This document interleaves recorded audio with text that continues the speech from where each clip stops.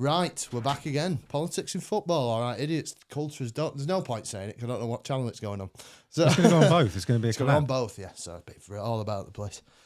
But yeah, I'm still out of breath from getting up the stairs. Yeah, so I did think, right, quickly, go over some chants that I've heard recently. Oh, go great. back to and like sort of ultras groups that have got phenomenal names. So my favourite one of recent times was obviously every English club sings the sort of X place is a shit. X is a shithole as well. Twitter, Yeah. it's a shithole. I do want to go home, but that song, Somewhere's a Shithole, I Want to Go Home, which is as a Middlesbrough fan, over land and sea and which is as a Middlesbrough fan who's not from Middlesbrough, so I'm not too well versed to say this, but objectively speaking, not the best because of Thatcher, deindustrialisation, etc. Not our fault. Same for Manchester, is a place where I grew up. Shithole. But like it is, you know, most places I've been on aways, you can go. Your place is also shit because of Thatcher as well. But the funniest one of recent times when Villa were away in the Champions League to Monaco, and you've got a load of lads from Birmingham chanting "Monaco's a shithole." Brilliant. Oh, so good. And there's Fulham last week. I was away at Fulham.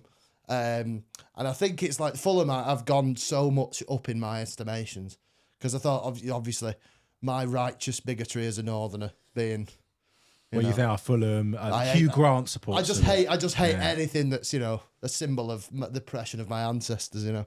Right. And Hugh Grant is the yes, is the epitome of that. Yeah. He's a king rat of the oppressors, you know, avatar of English colonialism in Ireland. You know. But like the good friend of the podcast, Aidan, and his Fulham associates, call I think half jokingly, but it does exist if you Google it, the Putney Skull Patrol. The Putney Skull Patrol. Like as an ultras group, so it's like such an unthreatening place. It's so good. It sounds like a vet that specialises in trepanning kind of chihuahuas. You know, the best food I've had at a ground is to Fulham is now second because that was a gourmet experience. Oh yeah, yeah, Fulham hot dog. Ooh, gosh, well, I didn't usually get food at the football, but I have discovered leave the drugs till after, and it's a bit more of a pleasant watch. It turns out that you are hungry. Yeah. But I mean, nothing. To be honest, I mean, if you go to German football grounds, that's where you get the good beer. That's where you get the good scram. Like that's really that's great. Some good pork, some good. Like we are so like as you know, as you drinking your seat, always seat standing. And yeah. So that's brilliant about. I've been to the Allianz a couple of times. I've been to the San Siro. Like just treat you like adults. They do treat. I mean, Germany's a bit so often. And this is something with It's like, what if Hillsborough never happened? Yeah, exactly. And there was no Taylor review. But if there wasn't, then there would have been. I mean, there would have been a reckoning when it comes to the state of English football and English football stadiums. True. At some point. So if it wasn't, but not it's more. It's just that it's obviously Hillsborough stuff, but it's like the mass corporatisation. That's the thing, because one of the things. I mean, you have this 50+1 rule in German football where German football is organised on the basis that essentially an organisation that's democratically elected has to own 50+1 of the shares, club, of the shares. There are some exemptions from it, but RB Leipzig and they get around, or like a lot of companies that used to be a lot of teams that used to be teams for like works teams. So like used to be a factory team, like there's VW, like Wolfsburg, Bayer Leverkusen from the pharmaceuticals. But because they put that in place at the start of the 21st century, it means that like normal fans actually do have, and so like board members, companies, sponsors just don't have the same power. So ultras do have power in the stadium. Not only if they don't like something, they can then show what's going on through chants and through protests and through banners, and it works because it still is a very successful league. But it means that the entire experience around it is geared towards the fan. Yeah. So you have safe standing. You have the ability to drink beer in the stadium, and it's good quality beer as well. I think what rings true, like what rings truest about places like we talked about Sweden before, like Sweden's one of the best places in the world to watch a football match. Absolutely incredible. Like I remember, like just Up the Hammarby Massive. but like Kim Elberg, yes, well, Hammarby boy. But the thing being is just like they understand it's understanding of what football is about properly. For the football, it doesn't matter if it's shit. Yeah. It's like it's supposed to be about the fucking. You go there with your mates, you have a fucking good time. There's a independent journalist, Miguel Delaney, has written a book recently, State of Play, and he's written a lot about this, about how football, and I write about it in Engulfed as well, about, football was never meant to be this important in people's lives, right? Yeah. The whole point of it as a working class sport was that it was a distraction. It was like, this is something we do on a day off. We don't want to think about what's going. It's just fun, something to do, really enjoyable thing to get everyone together. A cathartic, beautiful what thing. point for he actually missed 4.1 of his crosses on the foot off. Yeah, it's become the most important, unimportant thing in. It's gone beyond distraction. Yeah, it's still. That's why I hate the stats people so much. It's anti life because it's still a distraction. But it's so like you go to the game, you forget about everything in your life for a couple of hours, you enjoy yourself. I think that still persists, but you abuse some people from 10 minutes down the road. Yeah, exactly. Yeah, and it's perfectly acceptable to do that and all that kind of stuff. That's where it should be. That's the place for it as well. But I think now it has become so central culturally, so central, like to identity, people's life. People like living for the game at the weekend. They don't even go; they watch it on telly or whatever. Yeah, right? That is just so insane. And then they just talk about it every day, and it's like. If I don't, as a football kind of journalist, you probably, but it's your job. I live outside. This is the thing. I'm the dirty secret. I'm terrible about writing about football. About the actual game football. There are people who do incredible, like Barney Ronay does great match reports for the Guardian. Some people think, it's a bit high. I love reading whenever he writes about a match. It's brilliant. I don't have that skill. I've written a few match reports in the past. The plodding bollocks, and it's 3-hour podcast, mate. But I think do you think it's generational though? Like, do you think that there's a lot more like younger people, obviously, have grown up on social media, grown up online, who get so much information about football, about like the tactics and systems and patterns of play, and they just become like obsessed with the technical side of the game, and they're not really embracing what you were talking about. Well, it's the James Richardson, right? So that we're obviously in a 1-3-1-2. Do it. There you go. 1-3-1-2 among the ultras. Way the best football book. I'm not saying that to wank you off, but it is. Imagine what would happen if a third Stella went down. The Watford Travel Lodge. I'm a bit worried about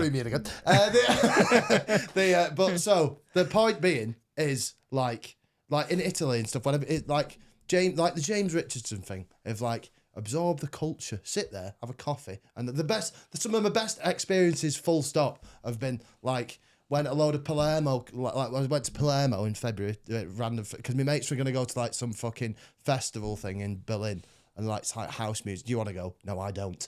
Thank you very much. Go away. And then it's been Berghain. You going to that? No, some weird. It was just after COVID, and then because that got cancelled for the woke mob and pandemic rules and stuff and all that.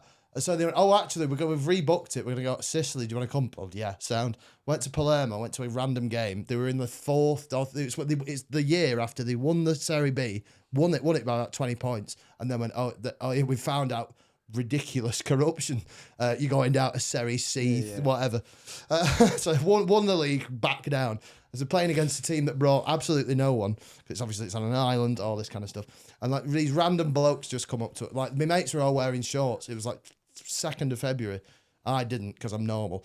But all of them come up and go,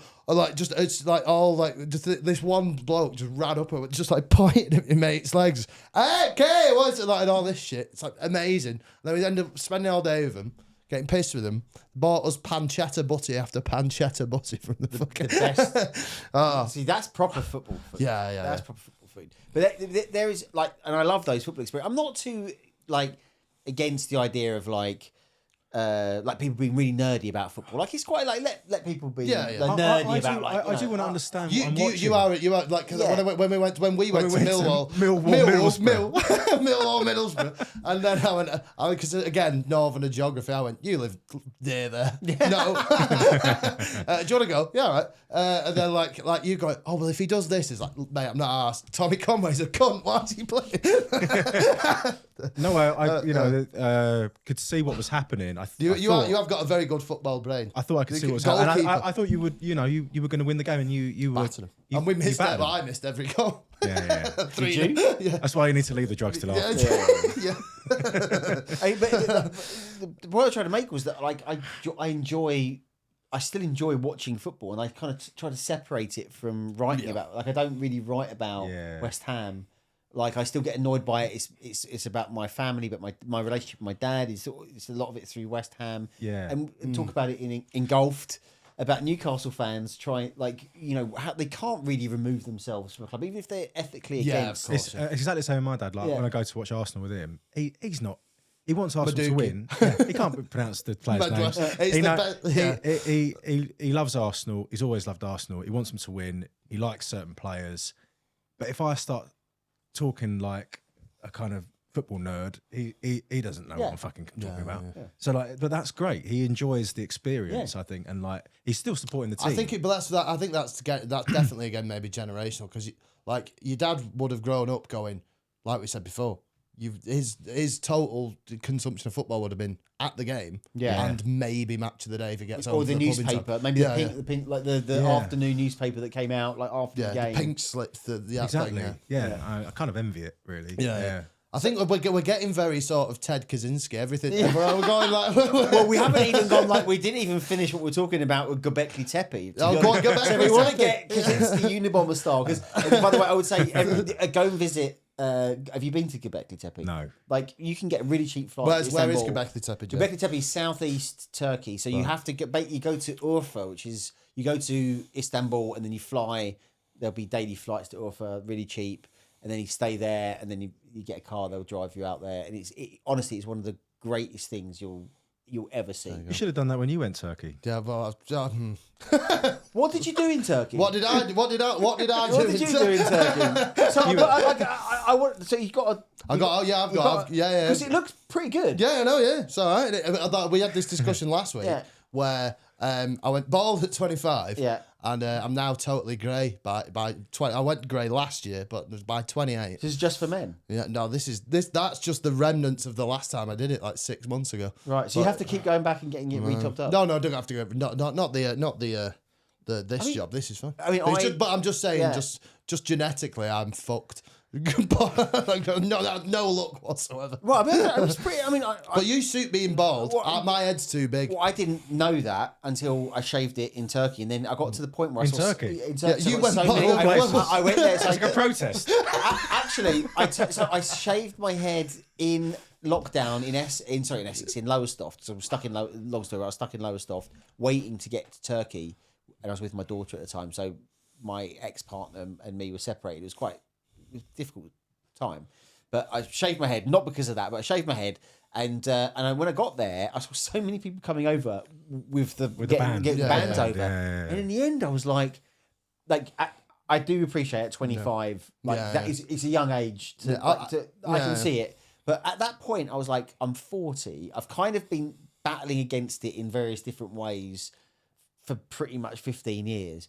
And it was just this amazing cathartic experience to shave it and to be like, fuck it, I don't care. Yeah. And I was determined to be the fucking only person that's going to turn up in Istanbul bald and leave. and that's what's happened, And I'm going back on Saturday to see my fiance, who's desperately trying to get me to have Botox. So maybe I'll go for that instead. Next time I come back, I'll have been infected with botulism. We'll get your lips done, and then and then between us, it'll be like 3 monkeys. And then we'll get a contract on ITV too. Yeah. There we go. Way.